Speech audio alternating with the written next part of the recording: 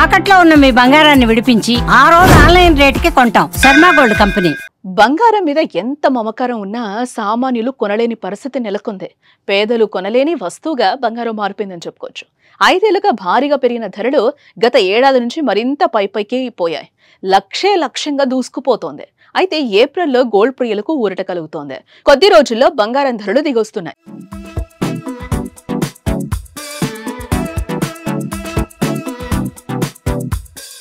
Record స్థాయిలో ఉన్న బంగారం ధరలు అమెరికా ప్రెసిడెంట్ డొనాల్డ్ ట్రంప్ ప్రకటించిన ప్రతీకార సుంకాల ప్రభావంతో గణనీయంగా తగ్గాయి. అంతర్జాతీయ దేశీయంగా భారీగా తగ్గుదల కనిపిస్తోంది. అంతర్జాతీయ మార్కెట్లో స్పాట్ గోల్డ్ రేట్ ఔన్స్ కు $3,168కు చేరి ఆల్ టైమ్ రికార్డ్ కొట్టింది.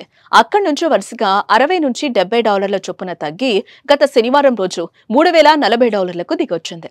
సోమవారం రోజు మరింత తగ్గి $3,000 స్థాయికి పడిపోయింది. మన దేశంలో కూడా బంగారం ధరలు పతనమవుతున్నాయి. గత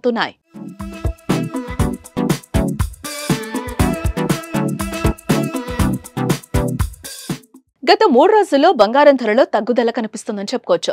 ట్రంప్ వాణిజ్య యుద్ధం పేరిట టారిఫ్ ను పెంచినప్పటి నుంచి కూడా వరుసగా బంగారం ధరలు పతనమవుతున్నాయి. అమెరికాలో ట్రంప్ ప్రభుత్వం బిట్ కాయిన్ ను కొనుగోలు చేయడానికి సిద్ధమవుతుందనే చర్చ కారణంగా బంగారం వెండి ధరలు తగ్గడం మొదలైందని నిపుణులు అంటున్నారు.